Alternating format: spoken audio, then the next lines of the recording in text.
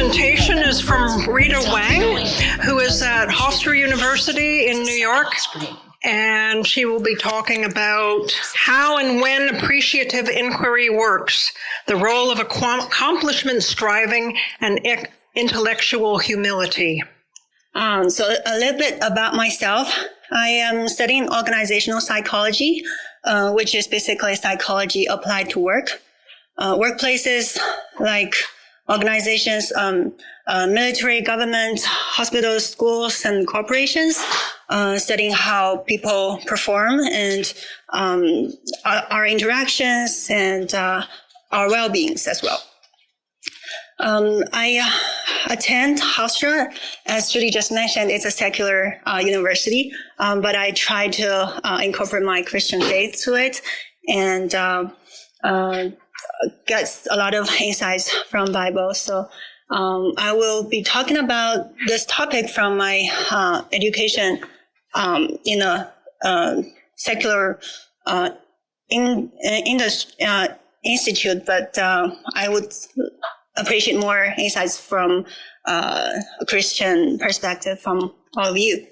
When I studied organizational psychology, I learned a lot about organizational psychology, especially occupational health science, how individual factors or interactional factors or environmental factors affect our performance and well-being, and wanted to learn about how to really apply that and design interventions to really help us improve. Then a lot of interventions I looked at are more of a problem-solving mindset, where we find problems and try to restore it from performance to a status quo, which is typical, especially if you're dealing with things. A lot of us are people here are like we'll call hardcore science. We deal with things, and there are standard, clear, black and white, where you just identify where it deviate from the ideal standard, and you just bring it back to the status quo. But for people, there are a lot of potentials, and people have a lot of may have reactions to how external factors are interacting with them. And we cannot really, with our limited human minds, tell where your potentials are and define where you're going. So appreciative inquiry is more of a from her results or acceptable results to moving that into what's possible and what's the exceptional results for human beings. So it refers to the exploration of the life-giving and constructive factors of the current situation and realistic possibilities in the future. As Bible says, we should keep our minds on whatever is true, pure, right, holy, friendly, and prosper. By the way, a lot of pictures with verses, I generate that on the Bible app. I give the credit to that. And Bible also tell us that whatever is true, whatever is noble, whatever is right, pure, lovely, admirable, if anything is excellent or praiseworthy, think about such things. In Philippians chapter 4. This is like how appreciative inquiry works. If we think about what is working and what can we build on the current situation and design the future to achieve that. There are a couple of principles. Constructive principle is about we all have different perceptions of the reality of situations, and there are interwoven multiple perceptions, and that how we view things may in turn affect how the situation goes. Simultaneity principle is about the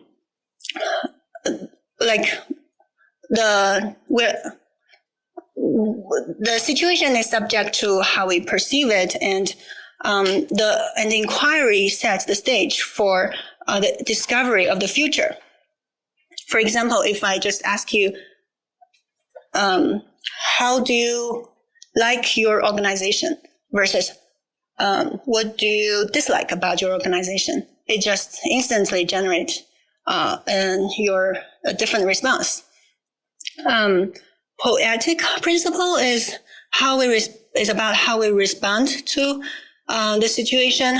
Will impact or beyond words and invoke changes in our feelings and our understandings. For example, if you have a day off and you plan to go outside to have a picnic with your family, but suddenly it rained and you couldn't go outside, you may feel bad, but also you can improvise and plan a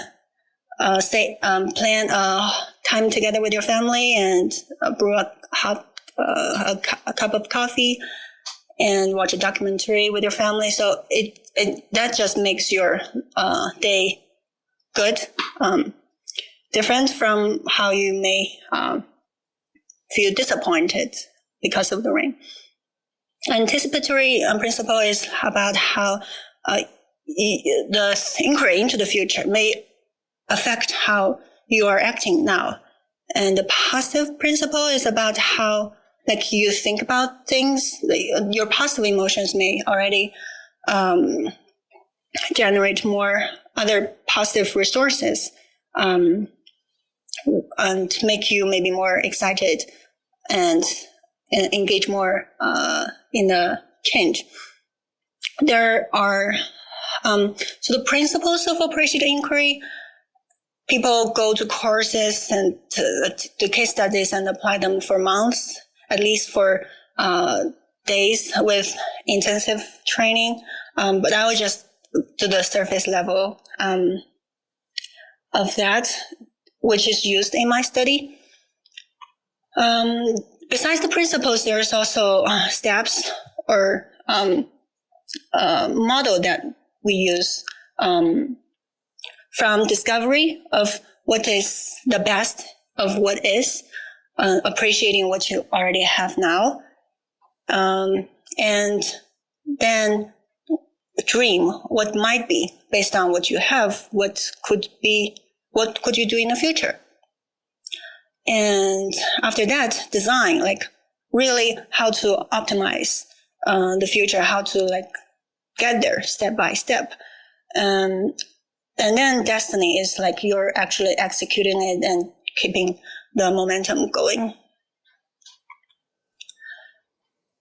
So how will appreciative inquiry work? There is a broaden and build theory. It posits that experiences of positive emotions broaden people's momentary thought action repertoires, which in turn serves to build our enduring personal resources ranging from physical and intellectual resources to social and psychological resources. So it's the more we appreciate and discover what we have now, the more good we feel and more positive we are and more resources we can enact in our life. I developed some hypotheses with some inspiration from the Bible, one of which is First Thessalonians chapter 5, rejoice always, pray continually, and give thanks in all circumstances. If we make this choice to do it, believe in it, it will work. And there's there's also purposeful striving is more of a motivational aspect. Every day we have motivations to get along with people, to get ahead of people, or get things done. So I hypothesize that in the process of appreciative inquiry, we will have our purposeful striving, including accomplishment striving and communion striving, will increase. Because also in, I think, Philippines chapter 3, it says, I press on to reach the end of the race and receive the heavenly prize for which God through Christ Jesus is calling us. And there's also First Corinthians chapter 9 says, do you not know that in a race all the runners run, but only one gets the prize? Run in such a way as to get the prize. So if we are inquiring into what is possible and hope in the future, we are more motivated to pursue those things. And another thing that may affect is our change self-efficacy. Self-efficacy means the confidence you have in yourself to get things done. When you execute something and you know the result will be desired. It can be domain specific. It can be change specific, which is studied in this specific study. Also in Bible, it says, I can do all things through Christ who strengthens me, in Philippians chapter 4. So that's how I find the possible outcomes that can be predicted in the process of appreciative inquiry, according to broaden and build theory. On the other aspect, there's also a job demand resources model, which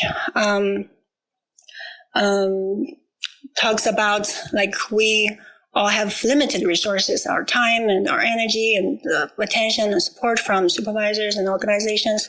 So we may experience this kind of limitation, especially when we are handling and even initiating changes in the process of appreciative inquiry. So this change may introduce a type of job demand that elicit unintended negative side effects on employee burnout. Though we all know that, especially as Christians, cast all our anxiety on God because He cares for us, but still there is a pandemic of burnout in the workplace, especially in the secular world.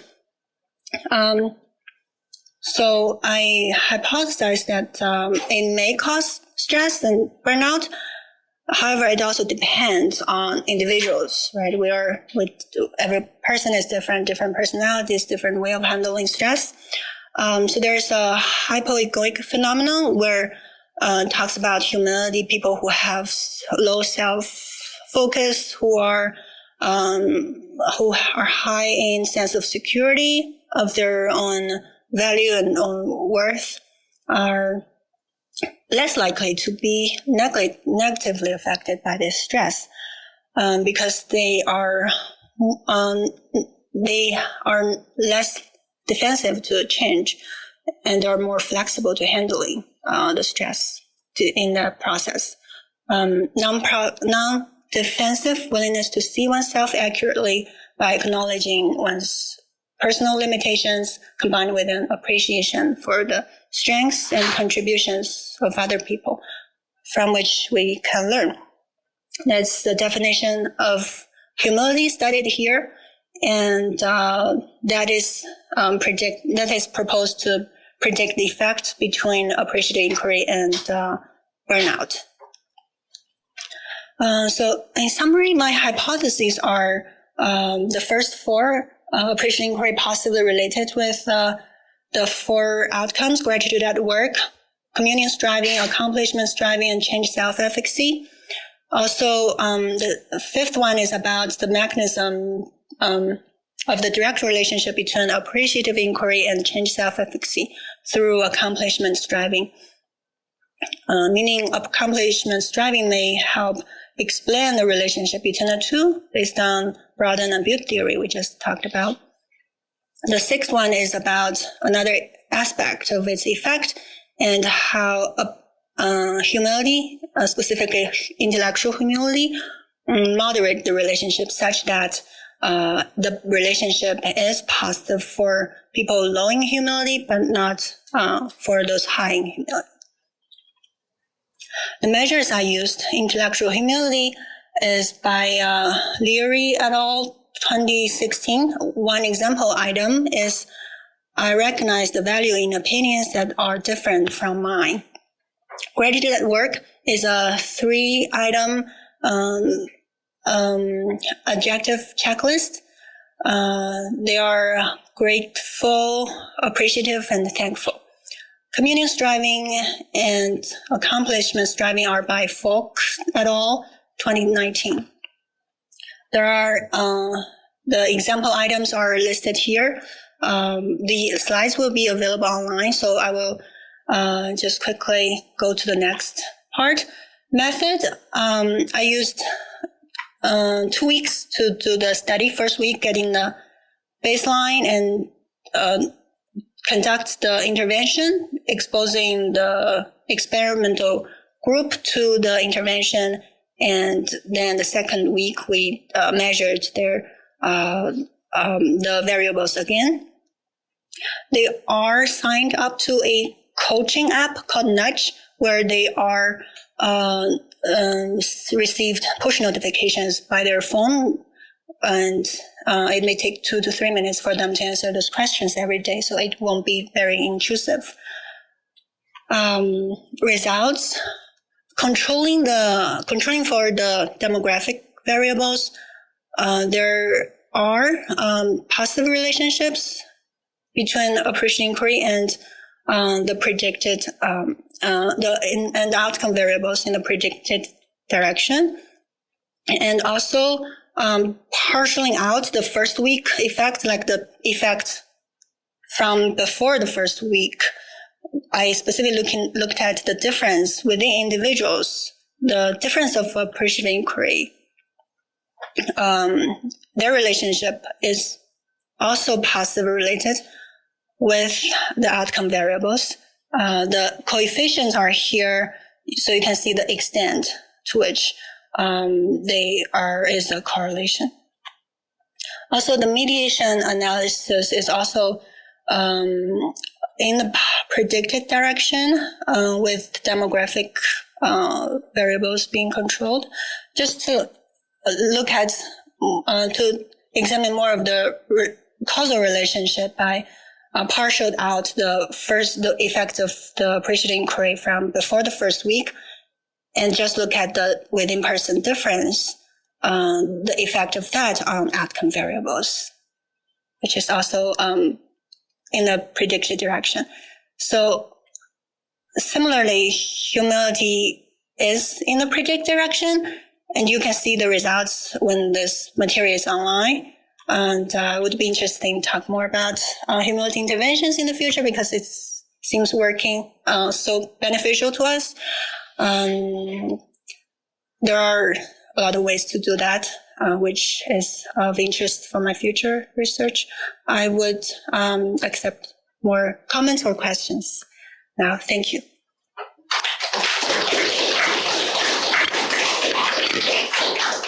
Thank you so much, Rita. I really particularly enjoyed the way you brought in that verse from Philippians about thinking on those things that are true and pure and good.